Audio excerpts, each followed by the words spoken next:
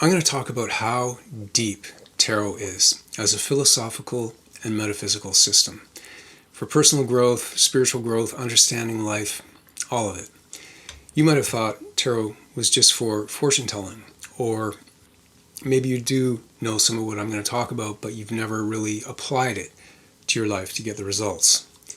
On the other hand, you might think tarot is for fools and flaky people and it has no validity, or the people that practice it are frauds and charlatans. And I don't blame you. The fact is there are plenty of frauds and charlatans in the tarot world.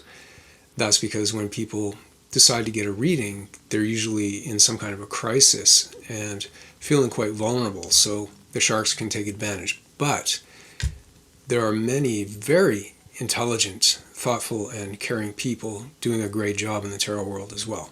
So I'm going to unpack more about how tarot is deep, how you can use it for personal growth, and why. But first I'm going to give a bit of background, so that'll give context and understanding to the thesis, for lack of a better word, behind this video. So the underpinnings of tarot are Hermeticism, as well as Neoplatonism, or Neoplatonic ideals and thought, as well as some esoteric Christianity, because tarot came out, at least in the form we know of it now, on actual cards in medieval Europe, in Italy actually, at the beginning of the Renaissance period. And it really took off again into the tarot that we know in today's world in the 19th century, when, especially in France and in England as well, some really brilliant minds started looking at tarot, and they missed the mark on a few things and they didn't have all the accurate history, but they put some really cool ideas onto there, as well as synthesizing it or associating it with other disciplines such as astrology, numerology, and the Hebrew tree of life, or the Kabbalah. Essentially, tarot is the 78 cards that make up a tarot deck are a microcosm of the universe and all the experiences that a human being can have or experience within themselves and in their circumstances. You might be wondering how 78 cards can manage all this. Well, consider this, just even 2-card combinations, just 2 cards at a time, if you were to just shuffling and then dealing out 2 cards, would provide over 3,000 possibilities. And if you did 5 cards at a time, shuffling and then dealing out 5 cards, you'd end up with well over 2 billion possibilities. Okay, so that's divination, but we're talking about tarot as a powerful system of personal and spiritual growth. In fact, some have even called it the yoga of the West. And by yoga, I don't mean stretching and breathing at the Y, although that's a good thing too. I mean really connecting with the deep wisdom within yourself and all around the universe, connecting with that inner knowing or intuition, inner teacher, intuition, that knows that you are basically, the universe is living through you as you. So the way to use tarot in the way that I'm discussing is to help align, get your ego, transforming your ego so it can be more aligned with that universal flow, okay? Because we're usually fighting the flow. And that's what tarot can do. It can help you to transform by being more aware and seeing what's going on within you. The way you do this is you can pull some cards, for example, over a period of time and just live your life and journal those few cards that you're pulling, and eventually you'll start to see patterns emerging with the cards and seeing what's reflected around you in your life, and you'll start to make connections with your inner states of being or consciousness and your outer circumstances. You'll learn a great deal from this practice. Another way that I like to use tarot for personal growth, spiritual growth, deeper understanding of myself and of life, how to be in the world, how to also connect with that in me which transcends the world, is by reflecting on the cards, just reflecting on the order. And by doing that, it kind of imprints in my subconscious, you could say, or imprints in my consciousness, becomes a part of my understanding, and I'm able to put an order to what I experience.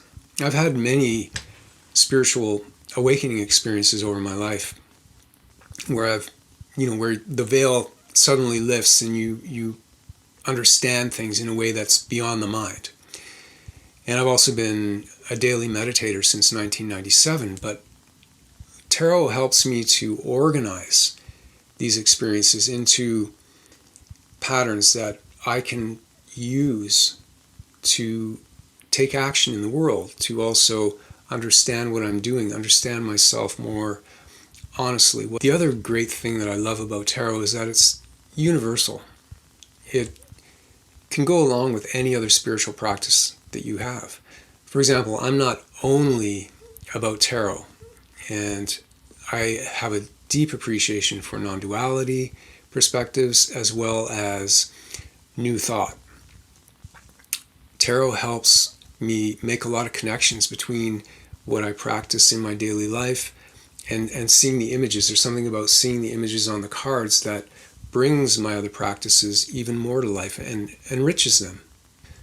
Probably the biggest gain that I've had from my study and practice of tarot over more than 20 years is, with all those connections, it's helped me to really strengthen my intuition, my inner knowing that there is that within me, that which I am, which transcends my life as this body-mind, as who I am in the world right now, but at the same time, it's all connected. And those are the best words I can use to describe, because the experience isn't really in words. It's like waves in the ocean, and you are a wave. That wave is moving, is constantly changing. Yet the ocean is always the same. The wave's not separate from the ocean, nor is that wave, which is independent from other waves, but it's not separate from the other waves. And something I think we all need to understand about living in this world is that we need all the help or aids that we can get, because entropy or chaos is all around us, and we're trying to bring order to this entropy or chaos. And I've found that tarot really helps me with that. And there's something called spiritual bypassing, which can be a real issue when we're on a spiritual path. I found that it really helps me with being able to be honest with myself and what I'm experiencing. And what is spiritual bypassing, if you don't know what that is? It's when you think you should be a certain way because you're spiritual and you're a good person, and you deny what you're actually feeling or experiencing. So that can be like, for example, you think it's really bad to get angry. And maybe often it is inappropriate to get angry, and it can cause destruction in relationships, etc. But we're not, that's the thing, in any given day, we're at different states of consciousness. Sometimes we're at a higher state, and we don't get angry. You must have felt those times where you just feel like you love everyone. You just feel that love for life. Some people take drugs or drink alcohol or whatever to experience this, but you can have it spontaneously, right? And we kind of fluctuate. Sometimes we're down in here just in sort of normal thought mode, dealing with the world, our habitual thoughts. So we don't have that ability to be up here where we really wouldn't get angry, but we're down here and we feel angry at something somebody said or did maybe, but we suppress it because we think, well, I'm here.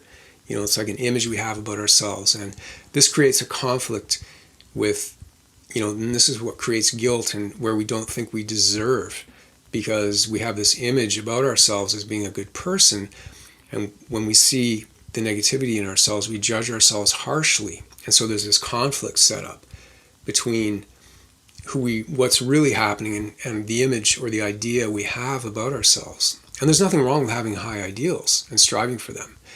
But tarot helps you to, if you're willing to be honest, you need that anyways, or tarot won't help you.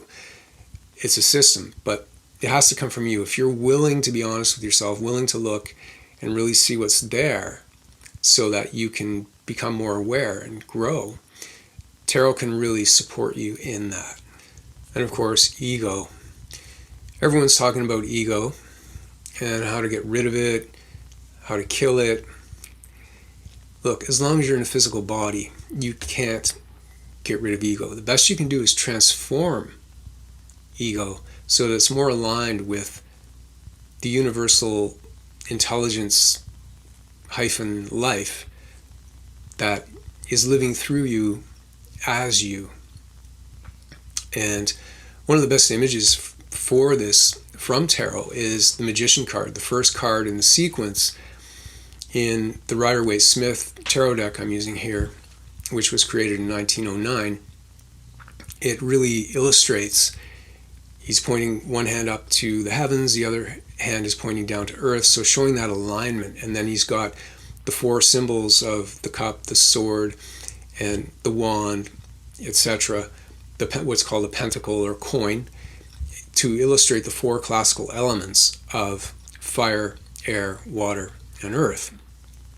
That his resources that he can use, that he can manipulate, he can initiate action with to mold and create his universe. And then the second card, he's like the divine masculine archetype. And then the second card, the divine feminine, is represented by the high priestess card, and she's sitting between the two poles of the polarities that are opposites. And that's what creates the tension, which creates life, like the way you have the positive and the negative pole on a battery. And then it creates the energy circuit, which gives you energy and power. So the same idea, but she's sitting in the middle, the still point. She represents the divine feminine, or another name for her is Sophia, wisdom.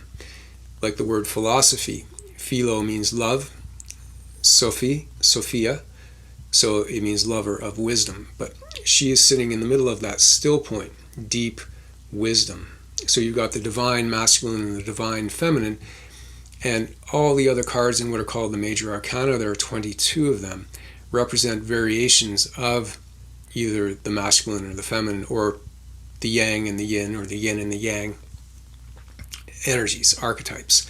Now, it's important to realize that these are pure abstract ideals of feminine and masculine. They have very little to do with how we perceive gender here in the physical world. This physical world being an emanation of something that's very pure. It's almost like, this isn't the best analogy, but it's pretty good, maybe.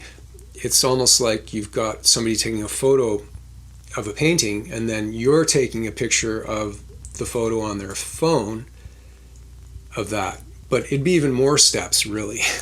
A fax of a fax of a fax of a fax of a fax.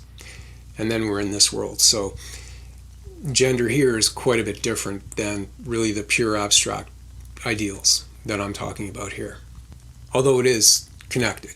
But like I said, it's a fax of a fax of a fax. And so to recap, tarot is a very deep philosophical and metaphysical system that you can use for your personal growth, understanding of yourself and life, how to be in the world, how to connect with that part of yourself that transcends it all. And at the very least, shuffling the cards, that rhythmic shuffling, and then laying them out, and then reflecting on the cards that are there, meditating on them, slows the mind down so that more inspiration and creativity can be received. And if you've enjoyed watching this so far, thank you so much. Check out my tarot cheat code. It's in the description box below.